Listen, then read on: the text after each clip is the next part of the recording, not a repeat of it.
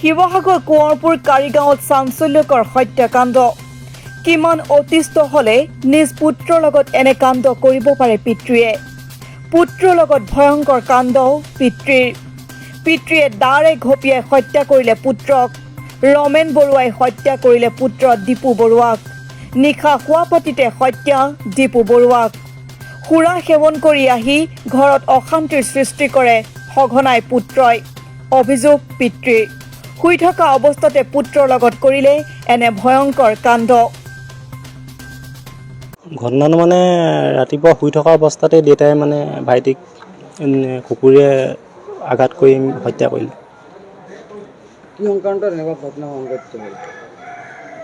কি সংক্ৰান্তত মানে ক'বলৈ গ'লে ছাৰ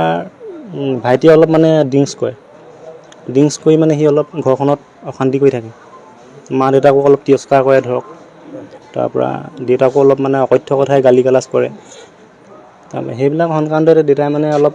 মানসিকভাৱে ভাগি পৰিছিলে দেউতাই অলপ বহুত দিনৰ পৰা এই একমাহমানৰ পৰা মানে মানসিকভাৱে অলপ হেৰি হৈ আছিলে মানে সেই অত্যাচাৰ হেৰিত মানে তাৰ অত্যাচাৰতে মূলভূত মানে এইটো সুৰাৰ কাৰণে হয় ছাৰ সি কালি সুৰা কৰিয়ে আহিছিলে তাৰপৰা আহি পেলাই দেউতাৰ লগত অলপ মানে দেউতাক অলপ মানে তিৰস্কাৰ কৰা দি কৰিছিলে তাৰপৰা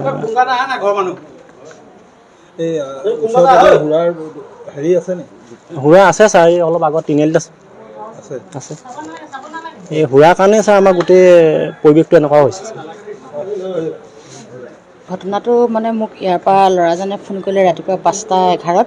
মই শুই উঠিছোঁহে বোলে এনেকৈ আপুনি ইয়ালৈ আহকচোন আমাৰ এইটো বৰুৱা হেৰি বুলি কয়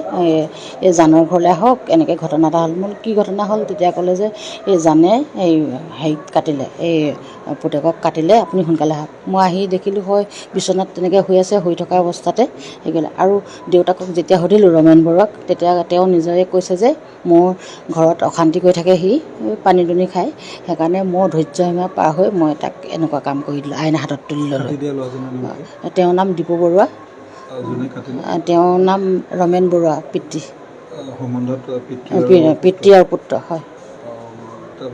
তেওঁ নিজে স্বীকাৰ কৰিছে আমাক কৈছে আৰু বোলে সদায় আজি বছৰ ধৰি অশান্তি কৰি আছে মদ খাই 12টা বজাত ঘৰলৈ আহে আমাক শুবলৈ নিদিয়ে ঘৰৰ পৰা উলিয়াই দিয়ে ওলাই যা বুলি তেনেকৈ মানে তেখেতৰ বয়স 32 বছৰ হয় তেখেতৰ নাম 75 মানে এইটো কিবা সুৰা মাদক দ্ৰব্যৰ বাবে এনেকুৱা কৰি হ'ল বুলি ভাবে নাই ঘৰত অশান্তি কৰাৰ কাৰণে আৰু নিজৰ পিতৃয়ে নহ'লেনো কেলৈ কাটিব আজিকালি নাই বুলি নকওঁ প্ৰত্যেক জেগাতে দেখোন থাকেই এইবিলাক হয় আছে শিৱসাগৰৰ পৰা মিনহাজ আহমেদৰ ৰিপৰ্ট গণ অধিকাৰ লাইভ।